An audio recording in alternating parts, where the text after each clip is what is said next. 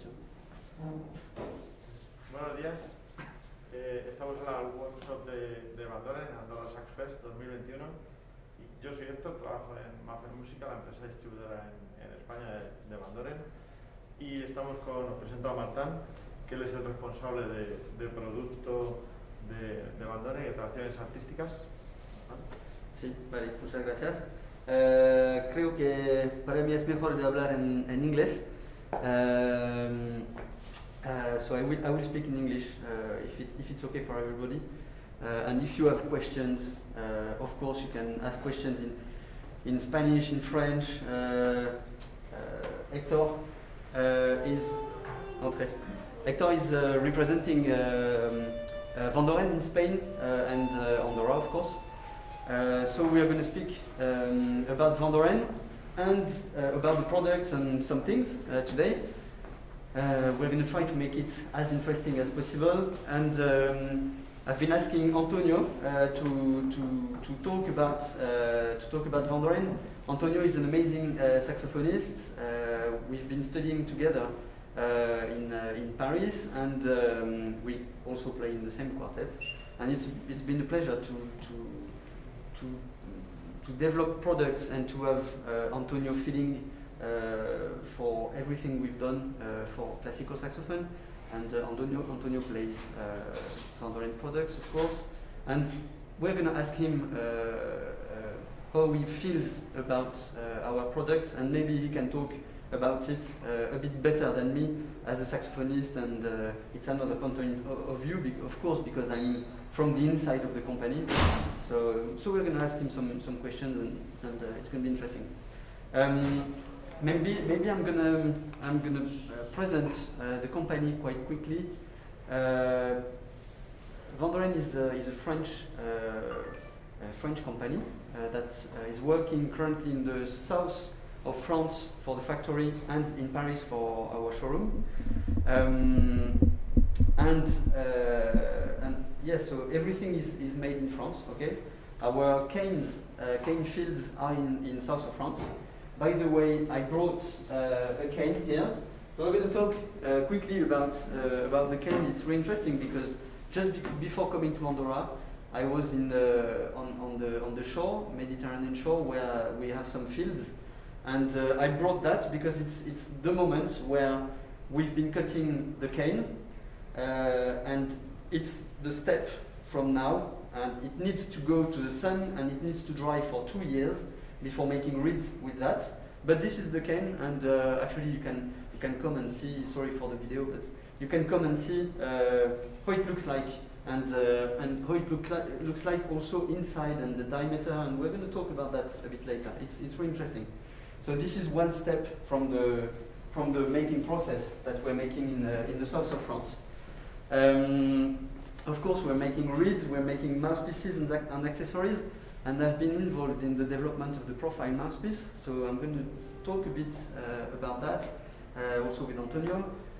The profile mouthpiece was made 2 years ago, and the point of this mouthpiece was to renew the mouthpieces range, and the point was to take, in the development, the facility, the easiness of the AL3 Optimum series that you probably know, and also to take the sound qualities and richness of the projection of the sound of the A28 or A20 or V5 series more generally. So that was really interesting to work like that, because we have wonderful products, but it's always really hard to go to one point when you want to develop a product. So that was interesting, and as I'm working currently as an artist with guys like Antonio, it's interesting to have their feedback about it. Maybe I'm gonna ask him how he feels about the profile mouthpieces, and what he thinks about it, and maybe what he received from the saxophonist background all over. He has been traveled, of course, last year. I don't think we've all traveled a lot, but since the year before, and I think the profile mouthpiece has been quite well received in Spain also. Yeah, and Yeah, so I'm going to let Antonio talk about the profile mouthpiece quite quickly. Voilà, si tu veux présenter un petit peu le truc. Si ça ne vous dérange pas, je vais parler en français. Je me sens plus à l'aise qu'en anglais. Je ne sais pas si c'est OK pour tout le Colin, monde. do you understand French or not? Oui, Un petit peu? Yes? Everybody speaks a bit of French? Ok, vale. Donc pour moi, comme Martin il nous avait raconté que l'entreprise voulait faire développer un nouveau bec, moi je l'ai pris avec beaucoup Enthousiasme. pas plaisir, mais Enthousiasme, voilà. Parce que surtout, je vais me focaliser plutôt dans l'instrument que je pense que je joue plus, ou que à cause aussi du quatuor, parce que je suis le saxophone soprano du quatuor, et c'est un instrument avec lequel je me sens très confortable et que je le sens très naturel dans ma façon de jouer. Pour moi, l'arrivée de ce bec profil SP3, c'était vraiment un plaisir, une question je ne sais pas comment dire. C'était quelque chose que j'attendais en fait. Parce que c'est vrai que quand j'étais plus jeune, quand j'ai commencé à jouer le soprano, j'ai joué avec un bec qui était pas tout à fait pour le classique, c'était la S25. C'est un bec qui est entre les deux. Il y a pas mal de jazzmen qui jouent avec. Dans lequel je trouvais quelque chose de très intéressant par rapport aux sons. Parce que déjà, le soprano, c'est un instrument qui est assez timbré. Donc, du coup, si on trouve des matériels ou des becs qui nous donnent un peu plus de chaleur, un peu plus de rondeur, moi, en tout cas, dans ma vision, c'est ça que je cherche. Mais c'est vrai que peut-être ce bec était un tout petit peu plus dur pour certains types de choses dans l'aigu, surtout dans l'aigu. Donc, du coup, la venue de profil, c'était pour moi super parce que ça gardait un peu ce côté rond, chaleureux de l'S25. Ouais, 2,5. Et en même temps, on a apporté de la facilité. C'est ça, c'est flexible, c'est facile, il y a du temps comme il faut. C'est un bec qui est vraiment très, très agréable à jouer, très confortable.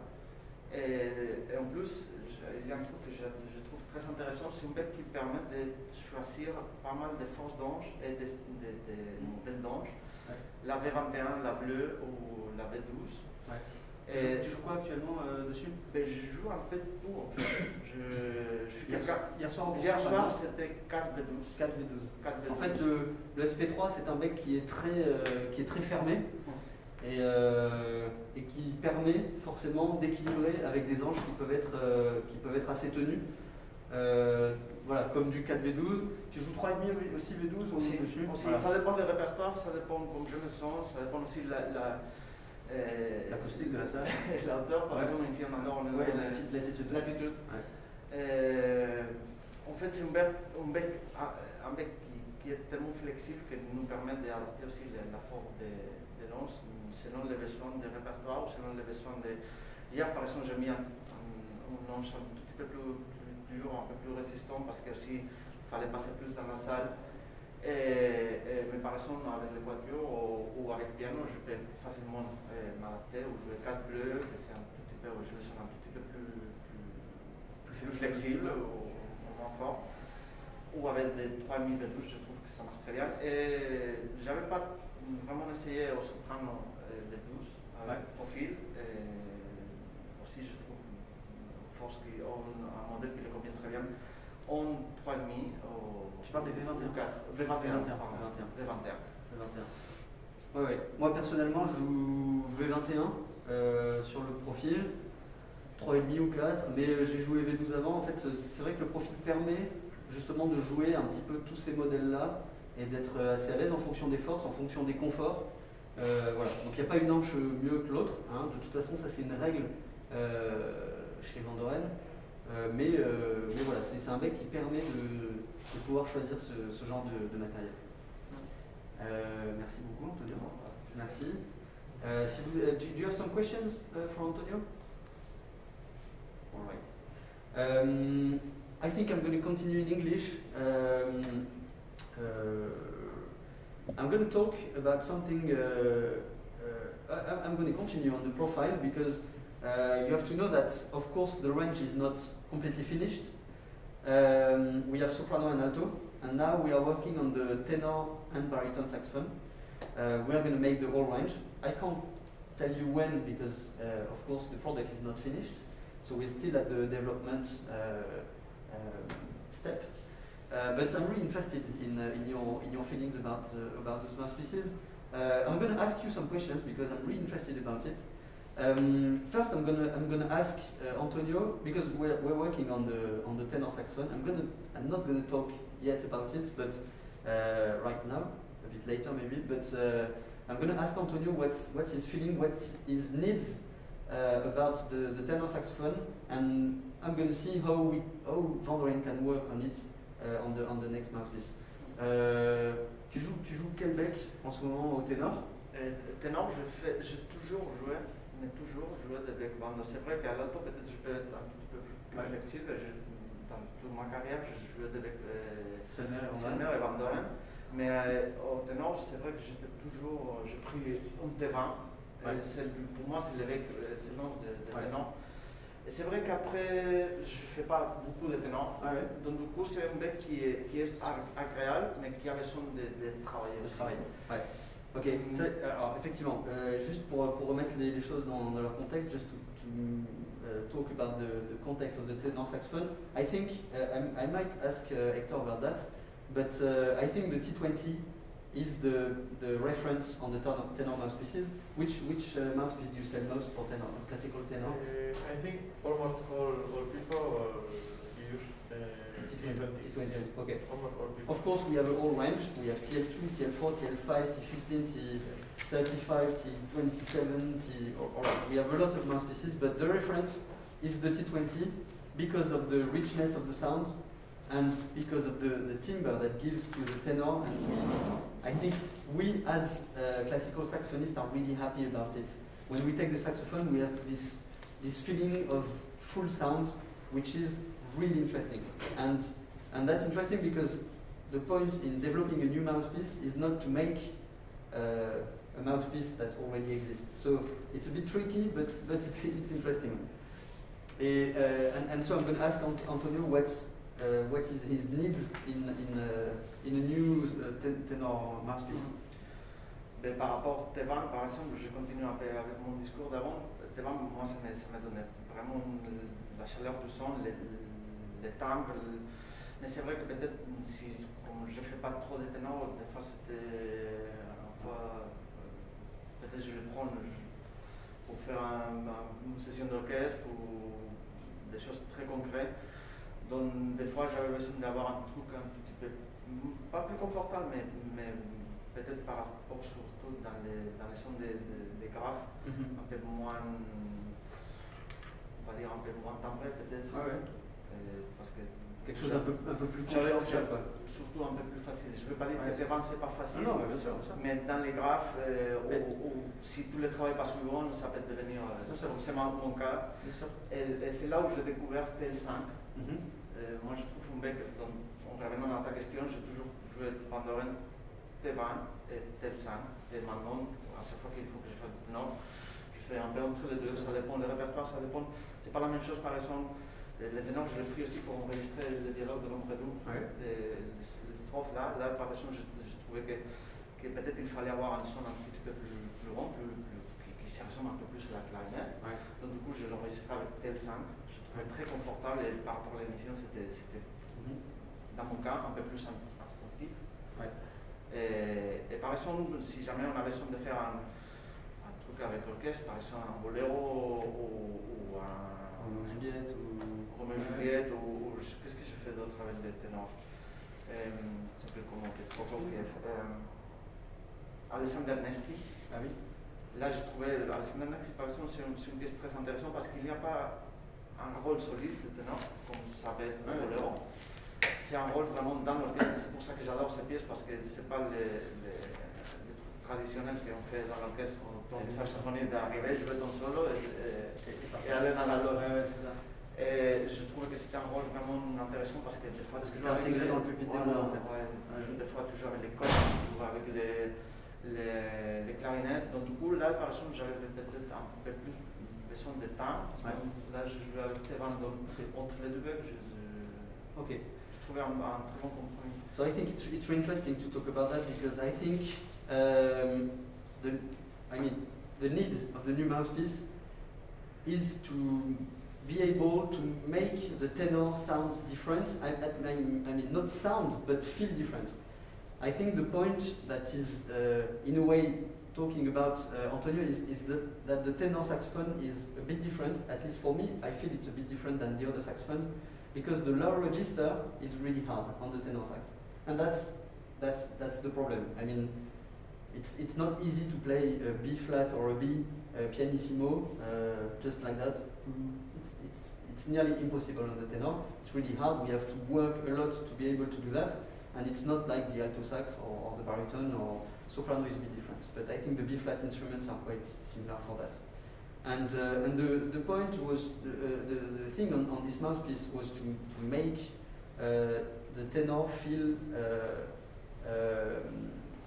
easy, and of course T20 has a wonderful sound, but we need this easiness on the profile, and all the range of the profile is made around that, around the beak that is really thin profiled, around this ease of playing and this nice round sound and projection that we have on the profile. So we're going to this direction, and I think we've already got some prototypes that are really sounding really great.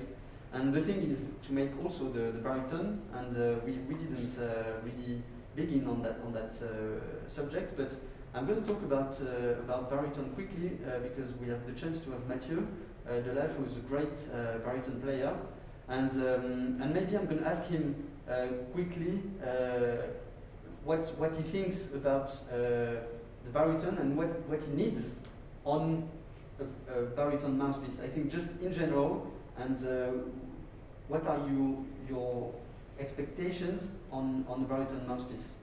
And it's interesting for me and for Vandoren and for everybody, I think. Je fais en français. Yes, we're going to continue in French. Tu sais, quand on joue ensemble, j'avais un BL3, je l'ai gardé quand même pas mal de temps. Et je trouve que dans cette série, pour le coup, j'ai pas essayé le BL5, mais on avait quelque chose qui nous rendait le baryton globalement comme un alto, qui rend une homogénéité qu'on trouvera nulle part ailleurs. Et finalement, pour le coup, c'est très pratique. Comme disait Antonio, des fois on cherche un truc où on connaît pas bien l'instrument et on veut que ça fonctionne rapidement. Ça, c'est sûr que c'est le bec pour que ça fonctionne rapidement. On a une super couleur, on a un son très homogène, donc ça c'est super. Et en fait, après, je me suis un petit peu éloigné de ça parce que je cherchais quelque chose qui était pour moi un petit peu plus précis sur l'attaque. On est vraiment cette précision de staccato et tout qu'on n'a pas avec cette série-là, qu'on aura plus avec des becs que je trouve pas facile à jouer, mais genre B35. On gagne un petit peu sur cette attaque-là, mais on perd un côté homogène et toute la facilité. Donc en fait, moi, excuse-moi, je te coupe, mais du coup, effectivement, pour moi, c'est quelque chose qui ressort. Quelques personnes avec qui j'ai pu parler, comme Gilles par exemple, comme Joachim aussi, c'est cela, qui me disait qu'effectivement, le truc à améliorer, c'est l'articulation. Avec, donc en fait, ce qu'il faudrait prendre, c'est l'articulation des becs V5 finalement, comme le B35, et avoir la rondeur et l'homogénéité d'un BL3 ou d'un BL5. Peut-être, mais du coup, alors, je t'ai entendu avec le BL5, donc je pense que ça corrigera un peu le truc du BL3, c'est presque trop homogène dans la couleur générale. Je trouve qu'on peut moins timbrer des timbrés qu'avec un 170, 130 ou un B35. Ouais. Moi, effectivement, je joue un BL5 et je trouve ce bec très homogène. Et bon, après, c'est mon esthétique. J'aime bien ce côté un petit peu rond et presque entre guillemets détimbré. Et c'est vrai qu'on a besoin, quand on a besoin de timbre, on est content de pouvoir en avoir. Et c'est vrai qu'un B35 est plus timbré qu'un BL5. Et ça j'en suis conscient. Et je pense qu'effectivement, aujourd'hui, dans les becs de baryton, on a besoin d'un peu plus de timbre. Mais en tout cas, une modulation possible. Ouais. Que ce soit pas. Ouais, bien sûr. Après, quand on a un bec timbré, on peut arrondir. Et quand on a un bec rond, on peut aussi timbrer un peu, mais dans une certaine mesure. Voilà. Et toutes les questions d'équilibre. Does someone want to? Do you play baritone saxophone? Do you have something to talk about it? No? All right. C'est trop lourd. All right. C'est trop lourd. Je suis petit, c'est lourd. Okay. Thank you very much. Merci Mathieu. It's really interesting. So we're going to work on that and try to make the the best mouthpiece possible, because as you know, the best mouthpiece doesn't exist, okay, for nobody, okay. My mouthpiece personally is amazing for me, but if I give it to Antonio or to anybody, maybe people will say, well, it's not the best one, and it's always a question of compromise between reeds and mouthpieces, and that's when we're talking about mouthpieces. Of course, we're talking about mouthpieces, but we have to know that the reed is coming with, and when we're talking about reeds, we have to make it in a context with the mouthpiece. This is really important. Moi, je pense que je suis complètement d'accord avec toi. Mais il y a aussi un truc hyper important par rapport à ce que tu dis, c'est aussi l'évolution que tu as eue. D'en arriver à un matériel, par exemple, profil, c'est pas pareil si tu viens par exemple d'une 28 ou d'un avant ou d'un concept. Ou... Bien sûr, bien sûr. Ça c'est certain. This is true. When you come from a mouthpiece, for example, if you come from the A28 and you try the profile, you're going to say, oh, it's amazing because it's really easy to play, but you can also say, I don't like it because I don't have the richness of sound and the projection that I have on the A28. And of course, you can say the same with the AL3. You can say, oh, it's amazing, I have more sound and it's more homogeneous, especially in the high register, but I'm missing some easiness and homogeneity. Of course, it's a question of compromise. So it depends on where you come from, where you want to go, and the moments. And it's a question of fashion, of course. You know, we're really lazy at the moment. Since 2002, when the AL3 was created, we became really lazy because it's really easy to find a reed on an optimum mouthpiece. And now we can't go out from this laziness that we have to accept, because it's great. We can concentrate on other things like sound, like how music, like how to phrase, like a lot of things. Okay, so that's really important to accept that it's a good thing to be lazy. But now we have this easiness. We have to work on the other things. Muchas gracias, Antonio. I'm going to talk about. Sorry, I'm going to change the subject. I think it's important now to talk about reeds and a subject that is really important at the moment is about ecology and what Vandoren is making for the musicians, and how we are working in the cane fields and with the reeds, with the packaging and everything. Because everybody has questions, and of course we use some plastic on the packaging, and you're going to see that it's really important to talk about it. And we're going to talk, of course, about the fields. I was 2 days ago. I was in the fields in south of France, and I'm going to insist on really simple things, but I think it's important to talk about it. First of all, I want to say that Vandoren is made in France. Okay, you know that, and I'm not going to make the apology of the made in France. It's useless, but I think it's important to say that reeds are made and grown in France, in south of France. All right, this cane is from south of France. It goes to the factory, which is really next to the fields. Okay, it goes to the factory. We make the reeds in south of France in a factory that is completely controlled in hygrometry. So we have the same humidity in the factory than in your flow pack. All right, that's really important. When you open your reed, you have the same humidity than when it was created and made. Okay, so we make all that in France. So it's all concentrated in one place, not everywhere on Earth. Of course, we send reeds in more than 106 countries, and when we send reeds, of course, some of them go by plane, and if you put a reed without a flow pack in a plane by minus 40 degrees and a complete different temperature and pressure, the reed is not going to like it too much. Okay, so it's important. For example, I don't know how reeds go to Spain. Does it go by plane or by truck? I don't know how we send reeds to you in Spain? ¿Sabes? Sorry. ¿Cómo llevan las cañas a España? ¿Cómo ya? Sí, ¿por avión o por...? I think it's by car. By car, okay, by truck. Okay, By truck. okay, I think it's by truck. But if you take the case of China or Japan, of course it's gonna, or US, of course it's gonna go by plane.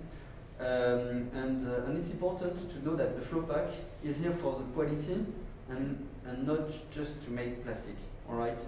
This is really important. This is for the quality, and of course we are not going to make a packaging for France, packaging for Spain, packaging for US, so we have to generalize that.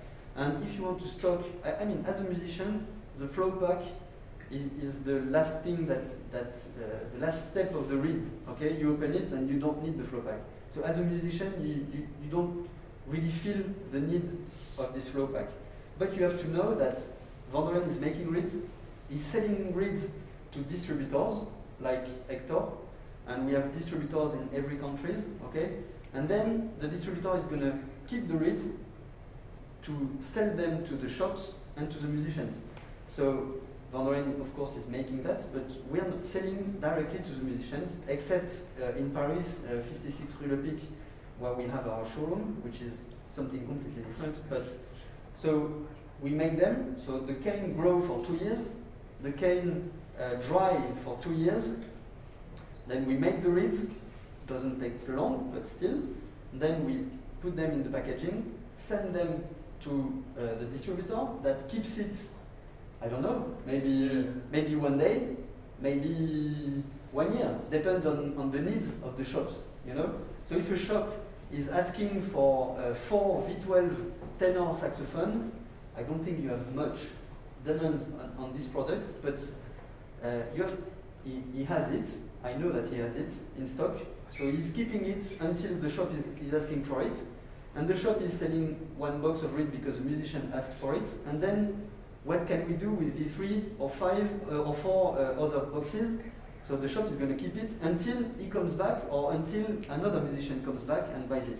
So maybe the reed has, the reed can have, I don't know, 2 weeks, a year, 5, 10 years in the shop, and it's really important to keep that quality in the box.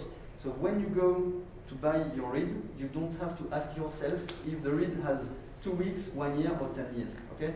So that's really important.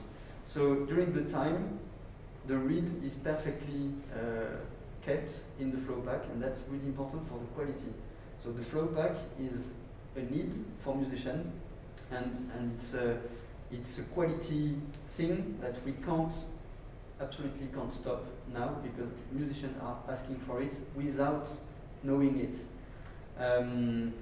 You have to know that in the fields, it's really important, because here, I'm going to take the cane again. We have a cane that makes 2 meters, 0.20 centimeters, 2 meters and 20 centimeters. But the cane, when it grows, it makes 6 meters, approximately. So we cut the first 2 meters to make reeds, because the rest is too flexible, and we are not going to be able to make reeds in it. Okay, so yes, this is the bottom of the cane. It's cut here. It's cut by hand, and it's hand selected because we have to select the canes that are 2 years old, because the first year the cane got its diameter, all right, and then it grows after that. Okay, and inside we have more material after 2 years, and after 2 years we have to cut it because it's the good time to have the good flexibility, the good balance between material, inside, flexibility. Okay. Last week I was in the fields and I saw, and that's really impressive to see how flexible is the cane. Okay, I can't really show you now because it's cut and it's different. But when it's in the fields, you can take the top of the cane, put it on the ground, the cane become really flexible and it never breaks, and it's impressive. It's really impressive because this is where the flexibility comes from in our reeds. And without this flexibility, we can't make reeds. So I was talking about that, about the 2 meters, because what do we do about the branch, the leaves, The rest of the cane, what do we do with that? As on a cane, we only use 20% of the cane. Okay, 20% is nothing, all right? But it's really important to know that those 20% are made for quality, because some part of the cane won't be used because of nature, you know, it's sometimes a bit different, and we won't need this part, which is a bit, I don't know, a bit broken in a way, or some canes are a bit bended and we can't make reeds on it. So with the 80% that we don't use, for example, the branch, the leaves, at the beginning, we are removing all that to have this cane, and we cutting it in really little pieces to make compost. I don't know if the word is correct in English, okay. So we made compost to put in the fields to make sedimentation. I don't know if the word is correct, but to make the life in the fields, to keep humidity. So the rest of the cane is used to make the new canes, all right? And then after that, when we make reeds, of course, we can see that a reed is not perfect, so we won't use it, because there is a little default. It can be anything. So those reeds go to a big silo, I don't know, big place anyway, where we're going to burn them to heat the factory in winter. Okay, so we use every piece of the cane, and we don't throw anything. So we use everything. So this is important, and it's important to know that all those pieces are used for the field, because we don't use any chemical products. We don't use any chemical on the reeds. In your, you can, of course, you put it on your mouse, and you play with it. So it's important to know that there is no chemicals. It's drying for 2 years outside, without chemical, without machine, without anything. Only the winds of the south of France is making that. And it's not because it's cheap, it's because it has to be made like that, because if not, you're not going to have the same quality. So it's important. And all those winds in south of France are really important for that. This is why we can't make them grow somewhere else. All right? It's like wine. It's like other cultures. You know, there are some places where it's better to make. So canes it's south of France. And what did I want to say? I think it's important to know that, because yeah, also the water. I wanted to talk about the water, because we need some water, and in the soil we have some water. 8 meters under the fields, we have some water, and we take this water from here. So we're not taking water from outside to make the cane and stuff. So that's really important for us to be involved in this development of the fields of the factory, to make the most ecological cane ever. All right. Do you have some question about reeds? Can you explain how you know if you use for soprano sax, alto sax? Could be okay? Yes, of course, I can talk about that. So when we have this cane, we're going to check the diameter, okay, and we're going to say, all right, in that one, we're going to use this cane more for saxophone, baritone saxophone especially, or if it's a bit smaller, maybe we're going to use it a bit more for clarinet, okay? So when we have this cane, the sun is going to color the cane for 2 weeks, just to get the yellow color that we have in our boxes. But it's not a drying process. And then after that, we're going to dry it for 2 years. After that, after 2 years of drying, we're going to cut those pieces that we don't use. Okay, it's called les nœuds en français. In English, it's nodes. Nodes, right? So we don't use this piece to make reeds. So we only use the tube inside, and this tube, we're going to look at the thickness of the tube. The thickness is going to make a V12, a V21, or a traditional, or a Java, or a V16, all right? Because all those reeds have a different cut, and this cut is made because of the thickness of the reed, okay? So we're going to check that, and on that one, on this tube, maybe we're going to say, all right, this is going to be V12 saxophone reeds, okay? Because we have the thickness of the reeds necessary to make V12 reeds. So we're going to cut that. We're going to cut it in 4. So all the manufacturing from now is made by machines. It's extremely precise, and we have exactly the same process with the precision of a millimeter divided by 100. So it's a micron, and it's really, really precise, and we need that to have the best quality in the range of the reeds. So now we can select the reeds, the model of the reeds that we have on this tube. All right. So we have the thickness here. We're going to make alto sax V12 reeds with this tube, and then after that we're going to cut reeds. So maximum we can make 1, 2, 3, 4, 5, 6. 1, 2, 3, 4, 5, 6, 7, 8. We can make 8 reeds on a tube. All right. If there is no problem with the cane and with the making process, so we can do that. And once we've got all our production of alto sax V12 reeds, we're going to see how flexible it is. Okay, we're going to test. So we make the reed. Okay, and once the shape of the reed is ended, we're going to check the flexibility of the reed. So it's a little game that you can do on your own. You can compare yourself to your friends. It's kind of a stupid game, but you're going to see it's funny. If I take personally my finger like that, I can't go further than that. But some people can go that way, and some people can only do that. Okay, we are all different. In a way, it's exactly the same with the cane, because the flexibility of the cane is different from here, from another cane, from another field, all right? So all that is different. It's the DNA of the cane, and we're working with that, and we are dependent on that. So when we make the reeds, all the alto saxophone traditional or V12 reeds, okay, we take the V12, we're talking about that. So once we have our production of V12, we're going to test them. So we're going to say, all right, if you go there, you're going to be a 3. If you go there, you're going to be a 2.5. Okay?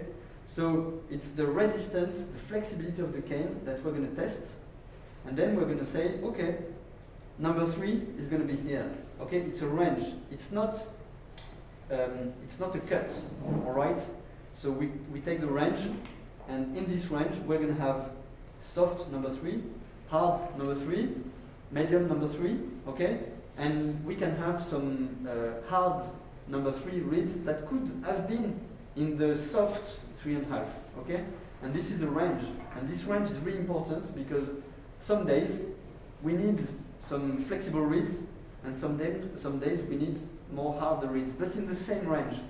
For example, here Antonio was saying that here in Andorra, we are higher, of course, than Murcia, where he lives, and the climate is different.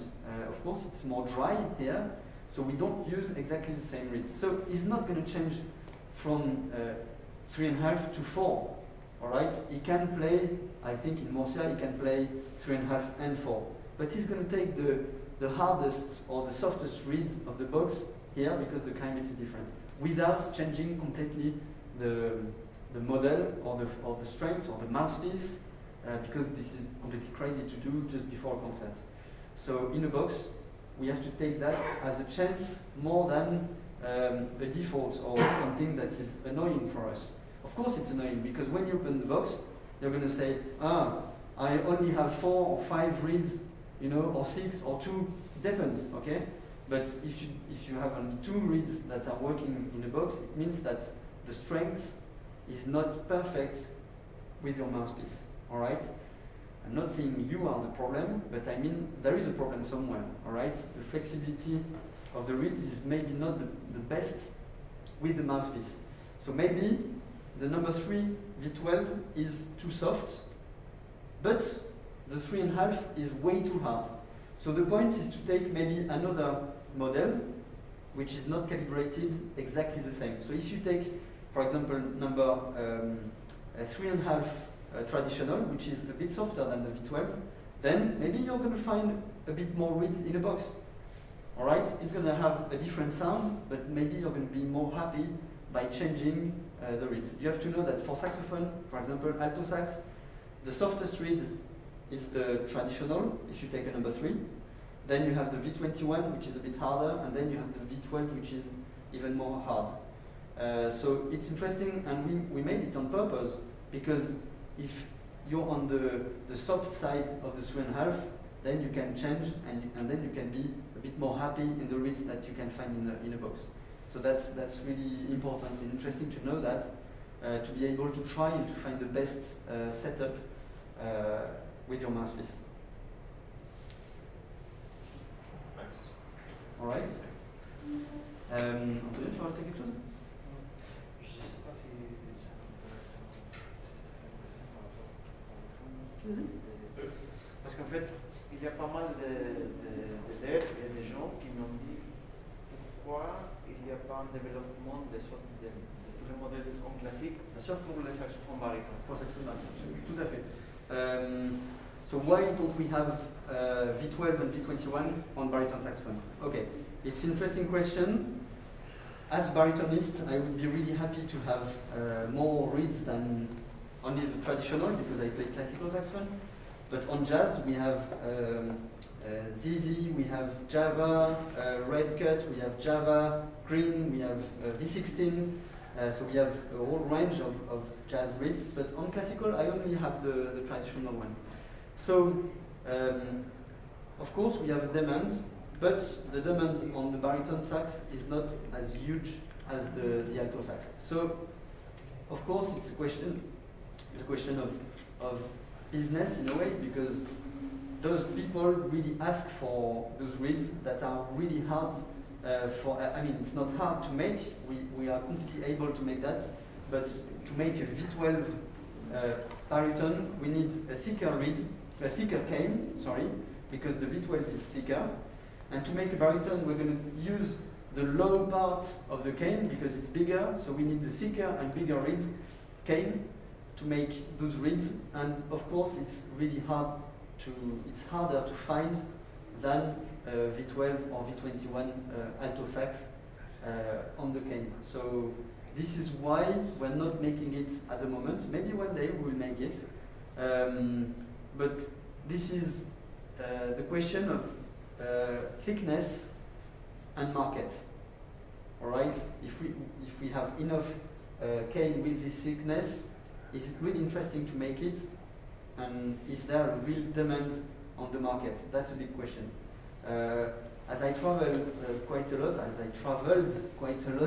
last year was a bit complicated, but of course people are asking this question, but it's not like alto sax. So of course there is very less people playing baritone sax. So it's always a balance, but it's interesting. I would love to have a different cut. So I'm going to talk to that to the factory, definitely. All right. Well, thank you very much. Thank you very much for participating, and it's great to have you all, and thank you, Ephraim, for organizing all that. And let's see everybody next year. Thank you very much, and we are Vandoren.